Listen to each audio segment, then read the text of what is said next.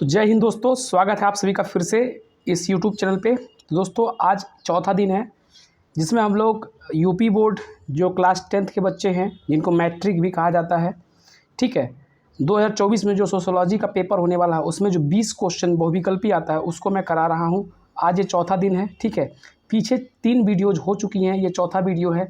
तो अगर आप उन तीनों वीडियो को नहीं देखे हैं तो सबसे पहले आप उन तीनों वीडियो पे जाकर पढ़ाई करें, वहाँ से आने के बाद इसको करेंगे तो ज़्यादा बेनिफिट होगा, ठीक है। और अगर कर रहे हैं तो इसको कर ले, उसके बाद उस तीनों वीडियो को ज़रूर कीजिएगा, ठीक है। तो चलो बिना टाइम गंवाए हम लोग अपने क्लास को स्टार्ट करते हैं, ठीक है।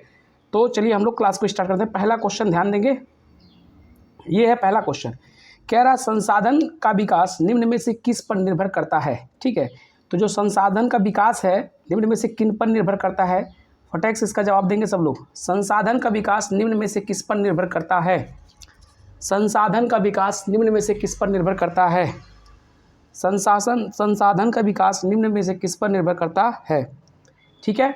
तो इसका option number C is right answer होगा। ए और बी उनकी सभ्यता पर और उनकी प्रौद्योगिकी पर, ठीक है ना। ठीक है, उनकी संभाव्यता पर और उनकी प्रौद्योगिकी पर। क्लियर हो गया। अगले क्वेश्चन पे चलेंगे, ठीक है। अगले क्वेश्चन पे चलेंगे। भूमि एक, उसका डैश किया है संसाधन है, यहाँ पे क्या भरा जाएगा? तो भूमि एक क्या है, कौन सा संसाधन है? भूमि एक कौन सा संसाधन है? भूमि एक कौन सा संसाधन है? जल्दी से इसका उत्तर करेंगे सब लोग। भूमि एक कौन सा संसाधन है? तो इसका आंसर ए आएगा, भूमि एक प्राकृतिक संसाधन है, ठीक है। अगले क्वेश्चन पे चलेंगे। निम्नलिखित में से कौन सी अजैवीय संसाधन है? निम्नलिखित में से कौन सी अजैवीय संसाधन है? निम्नलिखित में से कौन सी अजैवीय संसाधन है? जल्दी से इसका उत्तर करेंगे सब लोग, सभी लोग उत्तर करेंगे। निम्नलिखित में से कौन सी अजैवीय संसाधन है? तो option A is right answer होगा, चट्टाने। समझ में आ गया। अगले क्वेश्चन की तरफ चलेंगे। अगले क्वेश्चन की तरफ चलेंगे। ज्वारीय ऊर्जा निम्न में से किस प्रकार का संसाधन है?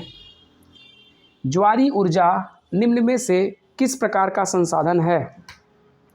ज्वारीय ऊर्जा निम्न में से किस प्रकार का संसाधन है? ज्वारीय ऊर्जा निम्नलिखित में से किस प्रकार का संसाधन है? जल्दी से इसका उत्तर करेंगे। ज्वारीय ऊर्जा निम्न में से कौन सा संसाधन है? तो इसका option A is right answer होगा, पुनः पूर्ति योग्य, ठीक है। अगले क्वेश्चन पे चलेंगे। यहाँ पे अगला क्वेश्चन क्या कहता है? संसाधनों को उनकी उत्पत्ति के आधार पे कैसे वर्गीकृत किया जा सकता है?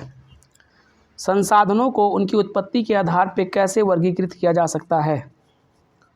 संसाधनों को उनके उत्पत्ति के आधार पे कैसे वर्गीकृत किया जा सकता है? संसाधनों को उनकी उत्पत्ति के आधार पर कैसे वर्गीकृत किया जा सकता है? इसका उत्तर फटाफट सब लोग देंगे। संसाधनों को उनकी उत्पत्ति के आधार पर कैसे वर्गीकृत किया जा सकता है? तो इसका option A is right answer होगा, जैविक और अजैविक, ठीक है। अगले क्वेश्चन पे चलेंगे। अगला क्वेश्चन ध्यान देंगे सब लोग। निम्न में से कौन सा जैविक संसाधन का एक उदाहरण है? निम्न में से कौन सा एक जैविक संसाधन का उदाहरण है? निम्न में से कौन सा एक जैविक संसाधन का उदाहरण है? निम्न में से कौन सा एक जैविक संसाधन का उदाहरण है? फटाफट इसका उत्तर देंगे। निम्न में से कौन सा जैविक संसाधनों का एक उदाहरण है? तो इसका D option is right answer होगा, पशु। क्या सही होगा? पशु इसका राइट आंसर होगा। आगे चलेंगे। निम्नलिखित में से कौन सा नवीकरण योग्य संसाधन नहीं है? निम्नलिखित में से कौन सा नवीकरण योग्य संसाधन नहीं है? निम्नलिखित में से कौन सा नवीकरण योग्य संसाधन नहीं है? निम्नलिखित में से कौन सा नवीकरण योग्य संसाधन नहीं है? फटाफट इसका उत्तर करेंगे सब लोग। सब लोग उत्तर करो, सब लोग जितने जुड़े हो सब लोग उत्तर करो। और पहले तो वीडियो को लाइक कर दो, वीडियो को लाइक करो। तुम लोग वीडियो को लाइक नहीं करते हो। वीडियो को लाइक करोगे तो वीडियो ज़्यादा ग्रोथ करेगा बाबू, ज़्यादा लोग आकर जुड़ेंगे यहाँ पे, ठीक है। तो वीडियो को सब लोग लाइक करो, फटाफट वीडियो को लाइक करो। जल्दी से लाइक कर दो सब लोग। चलो अब सब लोग उत्तर दो, सब लोग उत्तर दो। और आप अपने व्हाट्सएप पे भी इस वीडियो को शेयर करो ताकि और भी लोग इस पे आगे जुड़ें, ठीक है। तो निम्नलिखित में से कौन नवीकरण योग्य संसाधन नहीं है? तो इसका answer C is right answer, जीवाश्म ईंधन। नवीकरण इसका नहीं कर सकते हम लोग, ठीक है। अगले क्वेश्चन पे चलेंगे। निम्नलिखित में से कौन सा एक संभाव्य संसाधन है? निम्नलिखित में से कौन सा एक संभाव्य संसाधन है? फटाफट इसका उत्तर करेंगे। निम्नलिखित में से कौन एक संभाव्य संसाधन है? निम्नलिखित में से कौन एक संभाव्य संसाधन है? कौन एक संभाव्य संसाधन है? जल्दी से इसका उत्तर करेंगे। तो इसका जो उत्तर आएगा option C is right answer, option C is right answer, पवन ऊर्जा। समझ में आ गया। अगले क्वेश्चन की तरफ चलेंगे। अगला क्वेश्चन है, जीवाश्म ईंधन निम्नलिखित में से किस प्रकार के संसाधन के उदाहरण हैं? जीवाश्म ईंधन निम्नलिखित में से किस प्रकार के संसाधन का उदाहरण है? जल्दी से उत्तर करेंगे। जीवाश्म ईंधन निम्नलिखित में से किस प्रकार के संसाधनों का उदाहरण है? जीवाश्म ईंधन निम्नलिखित में से किस प्रकार के संसाधनों का उदाहरण है? जल्दी से उत्तर करेंगे सब। जीवाश्म ईंधन निम्नलिखित में से किस प्रकार के संसाधनों का उदाहरण है? तो इसका जो ऑप्शन आएगा option D is right answer, option D is right answer, अनवीकरणीय। क्या होगा? अनवीकरणीय, अनवीकरणीय, ठीक है। अगले क्वेश्चन पे चलेंगे हम लोग। क्वेश्चन नंबर 10 को देखेंगे। क्वेश्चन नंबर 10 कहता है, जीव की निरंतर गुणवत्ता और वैश्विक शांति के लिए क्या आवश्यक है? जीव की निरंतर गुणवत्ता और वैश्विक शांति के लिए क्या आवश्यक है? जीव के लिए निरंतर गुणवत्ता और वैश्विक शांति के लिए क्या आवश्यक है? जीवन के लिए, सॉरी मैं गलत बोल रहा हूँ, मैं जीवन के लिए, जीव नहीं, जीवन के लिए निरंतर गुणवत्ता और वैश्विक शांति के लिए क्या आवश्यक है? जीवन की निरंतर गुणवत्ता और वैश्विक शांति के लिए क्या आवश्यक है? जीवन की निरंतर गुणवत्ता और वैश्विक शांति के लिए क्या आवश्यक है? जल्दी से सब लोग उत्तर करेंगे। सब लोग जल्दी से उत्तर करेंगे, जल्दी से उत्तर करेंगे। तो इसका option D is right answer, संसाधनों का समान वितरण, संसाधनों का समान वितरण, ठीक है। आगे चलेंगे हम लोग। संसाधनों का समान वितरण। क्वेश्चन नंबर 11 को देखो। भारत की किस पंचवर्षीय योजना से संसाधन योजना के लक्ष्यों का प्राप्त करने के लिए ठोस प्रयास किया गया? भारत की किस पंचवर्षीय योजना से संसाधन योजना के लक्ष्यों को प्राप्त करने के लिए ठोस प्रयास किया गया? जल्दी से इसका उत्तर करेंगे सब लोग, जल्दी से इसका उत्तर करेंगे, जल्दी से इसका उत्तर करेंगे। तो option A is right answer होगा, पहली पंचवर्षीय योजना। Option A is right answer. अगले क्वेश्चन पे चलेंगे। हमारे देश में वनों के लिए कितना हमारे देश में वनों के लिए कितना वांछित क्षेत्र है? हमारे देश में वनों के लिए कितना वांछित क्षेत्र है? हमारे देश में वनों के लिए कितना वांछित क्षेत्र है? हमारे देश में वनों के लिए कितना वांछित क्षेत्र है? हमारे देश में वनों के लिए कितना वांछित क्षेत्र है? क्वेश्चन 12वां ध्यान देंगे। क्वेश्चन 12वां का answer D is right answer, 33.5%, ठीक। क्वेश्चन 14 को ध्यान देंगे, 13 को। संसाधन जो एक क्षेत्र में पाए जाते हैं लेकिन उसका उपयोग नहीं होता है कहलाते हैं। संसाधन जो एक क्षेत्र में पाए जाते हैं लेकिन उनका उपयोग नहीं होता है वो कहलाते हैं। संसाधन जो एक क्षेत्र में पाए जाते हैं लेकिन उनका उपयोग नहीं होता है कहलाते हैं। संसाधन जो एक क्षेत्र में पाया जाता है लेकिन उनका उपयोग नहीं होता है कहलाते हैं। तो B is right answer, B is right answer होगा। और यहाँ पे आपका बी इज़ राइट आंसर, संभव व संसाधन, ठीक है। अगले क्वेश्चन पे चलेंगे। क्वेश्चन नंबर 14 में यहाँ पे क्वेश्चन नंबर 14 ध्यान देंगे। निम्नलिखित में से किस राज्य में अति पुरुष चारण पशु सॉरी, अब से ध्यान देंगे सब लोग इस क्वेश्चन को। निम्नलिखित में से किस राज्य में अति पशुचारण भूमि निम्नीकरण के लिए जिम्मेदार है? निम्नलिखित में से किस राज्य में अति पशुचारण भूमि निम्नीकरण के लिए जिम्मेदार है? निम्नलिखित में से किस राज्य में अति पशुचारण भूमि निम्नीकरण के लिए जिम्मेदार है? निम्नीकरण के लिए जिम्मेदार है। फटाफट इसका उत्तर देंगे सब लोग। तो इसका उत्तर निकल के आ रहा है, क्वेश्चन 14 का उत्तर जो आएगा आपका सी इज राइट आंसर। अगले क्वेश्चन की तरफ चलेंगे। निम्न में से कौन सा प्राकृतिक संसाधन नहीं है? फटाफट उत्तर करेंगे। निम्न में से कौन सा प्राकृतिक संसाधन नहीं है? प्राकृतिक संसाधन नहीं है। निम्न में से कौन सा प्राकृतिक संसाधन नहीं है? तो इसका जवाब आएगा बी, भवन जो है प्राकृतिक संसाधन नहीं है। अगले क्वेश्चन पे चलेंगे। इसमें से कौन सा एक संसाधन नवीकरणीय संसाधन है? इसमें से कौन सा एक संसाधन नवीकरणीय संसाधन है? इसमें से कौन सा एक संसाधन नवीकरणीय संसाधन है? जल्दी से इसका उत्तर करेंगे सब लोग। तो 16 का जो जवाब है वो डी इज राइट आंसर, ज्वारीय ऊर्जा। अभी दूसरे क्वेश्चन की तरफ आइए। अगले क्वेश्चन पे चलेंगे। भारत में निम्न में से किस क्षेत्र में खनिजों और जीवाश्म ईंधन के समृद्ध भंडार हैं? भारत में निम्न में से किस क्षेत्र में खनिजों और जीवाश्म ईंधन के समृद्ध भंडार हैं?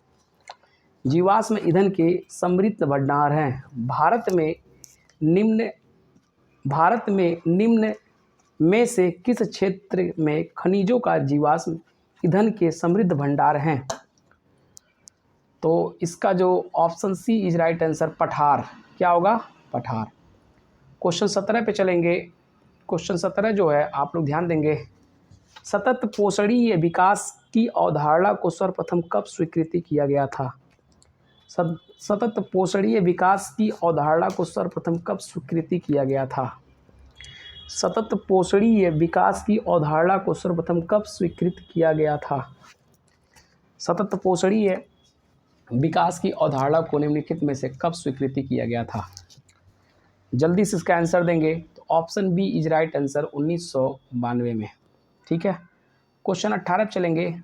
पंजाब में भूमि निम्नीकरण का निम्नलिखित में से प्रमुख कारण क्या है? पंजाब में भूमि निम्नीकरण का निम्नलिखित में से प्रमुख कारण क्या है? निम्नलिखित में से प्रमुख कारण क्या है? पंजाब में भूमि निम्नीकरण का निम्नलिखित में से प्रमुख कारण क्या है? तो इसका ऑप्शन जो डी होगा, option D is right answer, अति पशुचारण। समझ में आ गया? क्वेश्चन 13 पे चलेंगे। लिखा है जलोढ़ मिट्टी का निर्माण मुख्यतः किसके द्वारा होता है? जलोढ़ मिट्टी का निर्माण मुख्यतः किसके द्वारा होता है? जलोढ़ मिट्टी का निर्माण मुख्यतः किसके द्वारा होता है? जल्दी से। जलोढ़ मिट्टी का निर्माण मुख्यतः किसके द्वारा होता है? तो जलोढ़ मिट्टी का निर्माण option D is right answer, नदियों द्वारा होता है। ठीक है। ज्वालामुखी से काली मिट्टी। ठीक है, याद रखिएगा, ज्वालामुखी द्वारा काली मिट्टी। आगे चलेंगे अगले क्वेश्चन पे। क्वेश्चन नंबर 21 पे जाएंगे। भूमंडलीय तापन और पर्यावरण प्रदूषण जैसे वैश्विक पारिस्थितिकीय संकेतों के पीछे मुख्य कारण क्या है? भूमंडलीय तापन और पर्यावरण प्रदूषण जैसे वैश्विक पारिस्थितिकीय संकेतों के पीछे मुख्य कारण क्या है? संकेतों के पीछे मुख्य कारण क्या है? ठीक है, फटाफट आंसर देंगे सब लोग, जल्दी से आंसर करेंगे। तो इसका option C is right answer होगा, संसाधनों का अंधाधुंध शोषण। संसाधनों का अंधाधुंध कटाई छटाई करना, दोहन करना। ठीक है। अगले क्वेश्चन पे चलेंगे। कह रहा निम्न में से कौन मानव निर्मित संसाधन है? तो मानव किसको बनाया है? पेट्रोलियम मानव नहीं बनाया है, वन भी मानव नहीं बनाया है, भूमि भी मानव नहीं बनाया। तो मानव क्या बनाया? मशीन बनाया। तो option C is right answer होगा। ठीक है। अगले क्वेश्चन पे चलेंगे। क्वेश्चन 23 पे चलेंगे। इसमें से कौन सी मृदा भारत की सबसे विस्तृत क्षेत्र में पाई जाती है और भारत के लिए अति महत्वपूर्ण मिट्टी है? इसमें से कौन सी मृदा भारत से सबसे विस्तृत क्षेत्र में पाई जाती है और भारत के लिए अति महत्वपूर्ण मिट्टी है? जल्दी से इसका जवाब देंगे। तो 23 का जो आंसर आएगा वो है 23 का answer C is right answer, जलोढ़ मृदा। ठीक है, क्वेश्चन 24 पे चलेंगे। अत्यधिक अत्यधिक अत्यधिक अत्यधिक निक्षालन द्वारा बनी मिट्टी है। अत्यधिक निक्षालन द्वारा बनी मिट्टी है। अत्यधिक निक्षालन द्वारा बनी मिट्टी है। जल्दी से इसका उत्तर करेंगे। तो लेटेराइट मिट्टी is right answer, C option is right answer. आगे चलेंगे। निम्न में से एक कौन सा व्यक्तिगत संसाधन नहीं है? निम्न में से कौन एक व्यक्तिगत संसाधन नहीं है? फटाफट उत्तर करो, कौन व्यक्तिगत संसाधन नहीं है? तो डी इज राइट आंसर, खनिज संसाधन व्यक्तिगत संसाधन नहीं है। ठीक है, अगले क्वेश्चन पे चलेंगे हम लोग, ध्यान देंगे सब लोग अगले क्वेश्चन को। निम्नलिखित में से किस प्रकार में सीढ़ीदार यानी कि सोपानी खेती की जाती है? तो किस प्रांत में सीढ़ीदार खेती होती है? किस राज्य में सीढ़ीदार खेती होती है? जल्दी से इसका उत्तर करेंगे। सीढ़ीदार खेती कहाँ होती है? तो option D is right answer, Uttarakhand में होती है, क्योंकि वहाँ पे पहाड़ होते हैं तो पहाड़ों को काट करके सीढ़ी बना करके जो है खेती की जाती है। ठीक है, अगले क्वेश्चन पे चलेंगे 27 पे। भारत में सर्वाधिक उपजाऊ मिट्टी है। जल्दी से उसका उत्तर बताएंगे। भारत में सर्वाधिक उपजाऊ मिट्टी कहाँ है? भारत में सर्वाधिक उपजाऊ मिट्टी है कौन सी इसमें से? भारत में सर्वाधिक उपजाऊ मिट्टी है तो option A is right answer, जलोढ़ मिट्टी। जलोढ़ मिट्टी भारत में सबसे सर्वाधिक उपजाऊ मिट्टी है। अगले क्वेश्चन पे चलेंगे। निम्नलिखित में से किसकी आर्थिक मात्रा जलोढ़ मिट्टी में पाई जाती है? निम्न में से किसकी अधिक मात्रा जलोढ़ मिट्टी में पाई जाती है? निम्न में से किसकी अधिक मात्रा जलोढ़ मिट्टी में पाई जाती है? जलोढ़ मिट्टी में पाई जाती है किसकी अधिक मात्रा? तो इन सभी का पाई जाती है, तो option D is right answer. ठीक है, ऑप्शन डी क्या होगा बाबू? Right answer. सब लोग ध्यान दो और बढ़िया से जवाब दो, सब लोग फटाफट जवाब देंगे। क्वेश्चन 29 पे जलोढ़ मिट्टी किस फसल की खेती के लिए सर्वाधिक उपयुक्त है? जलोढ़ मिट्टी किस फसल की खेती के लिए सर्वाधिक उपयुक्त है? जलोढ़ मिट्टी किस फसल की खेती के लिए सर्वाधिक उपयुक्त है? जलोढ़ मिट्टी सर्वाधिक किस फसल के लिए उपयोगी है? तो इसका आंसर जो डी होगा राइट आंसर, गेहूं के लिए ज़्यादा उपयोगी है। Option D is right answer. अगले क्वेश्चन पे चलें। जलोढ़ मिट्टी पाई जाती है, जलोढ़ मिट्टी कहाँ पाई जाती है? पर्वतीय क्षेत्र में, पठारी क्षेत्र में, मैदानी क्षेत्र में, रेगिस्तानी क्षेत्र में। जल्दी से उत्तर करेंगे इसका, 30 वाले का जल्दी से उत्तर करेंगे। जलोढ़ मिट्टी पाई जाती है तो जलोढ़ मिट्टी option B is right answer, मैदानी क्षेत्रों में पाई जाती है। समझ में आ गया सबको? आगे बढ़ते हैं। इसमें से किस राज्य में काली मृदा पाई जाती है? गुजरात, राजस्थान, बिहार। गुजरात, राजस्थान, झारखंड, बिहार, कौन सा है? जल्दी से जवाब देंगे। किस राज्य में काली मिट्टी पाई जाती है? जल्दी से। गुजरात में काली मिट्टी पाई जाती है क्योंकि यहाँ पे ज्वालामुखीय मिट्टी पाई जाती है। ठीक है, अगले क्वेश्चन पे 32 नंबर पे आएंगे। कपास की खेती के लिए सबसे उचित भूमि कौन सी होती है? तो कपास की खेती के लिए सबसे अच्छी भूमि कौन सी है बाबू? जल्दी से इसका जवाब करेंगे। कपास की खेती के लिए, कपास की खेती के लिए सबसे उचित भूमि कौन सी है? Option A is right answer, काली मिट्टी कपास की खेती के लिए बहुत ही, क से काली, क से कपास। ठीक है, काली मिट्टी याद रखेंगे। अगला क्वेश्चन है, बहुत ही इंपॉर्टेंट है, कई एग्जाम में देखो पूछा, 20 में, 17 में, 14 में, 23 में, 12 में पूछा है, बहुत इंपॉर्टेंट है। लाल पीली मिट्टी पाई जाती है। लाल पीली मिट्टी कहाँ पाई जाती है? जल्दी से इसका जवाब करेंगे। लाल पीली मिट्टी कहाँ पाई जाती है? तो option A is right answer होगा, दक्कन के पठार में। कहाँ पाई जाती है? दक्कन के पठार में। अगले क्वेश्चन पे चलेंगे हम लोग। निम्नलिखित में से कौन सी मिट्टी चाय की खेती के लिए उपयुक्त है? निम्नलिखित में से कौन सी मिट्टी चाय की खेती के लिए उपयुक्त है? जल्दी से इसका जवाब करेंगे। कौन सी मिट्टी चाय की खेती के लिए उपयुक्त है? कौन सी मिट्टी चाय की खेती के लिए उपयुक्त है? तो option A is right answer, पर्वतीय मिट्टी जो है चाय की खेती के लिए बहुत ही उपयोगी मानी जाती है। तो आई होप दोस्तों सब लोग को समझ में आ गया होगा, पूरी बात क्लियर हो गई होगी, ठीक है। तो अब इसके बाद क्वेश्चन नहीं है, तो आप लोग को ये पूरा क्लास समझ में आया होगा, सबको क्वेश्चन भी समझ में आया होगा। तो चलो फटाफट सब लोग बता दो कौन कितना नंबर्स पाया, कितना क्वेश्चन कितने सही किया, जल्दी से बता दो सब लोग, किसने पूरा क्वेश्चन सॉल्व कर दिया। ठीक है, चलो अच्छी बात है, अच्छी बात है। अपने नंबर को और बढ़ाओ, अपने नंबर को और बढ़ाओ, मेहनत करो और सब लोग आगे बढ़ो, पढ़ाई करो, ठीक है। अब कुछ ही देर में हम साइंस की क्लास आने वाली है।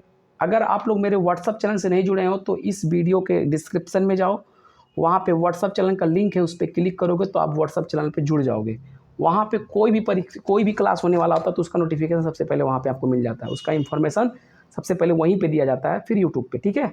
तो जल्दी से सब लोग जुड़ जाओ। और साइंस की क्लास के लिए सब लोग रेडी हो ना, जल्दी से बता दो, साइंस की क्लास के लिए सब लोग रेडी हो? चलो सब लोग कमेंट भी कर रहे हो, हाँ हाँ हाँ, चलो ठीक है, अच्छी बात है, आ जाओ साइंस की क्लास में। तो हम लोग साइंस की क्लास में मिलते हैं, तब तक के लिए जय हिंद, वंदे मातरम।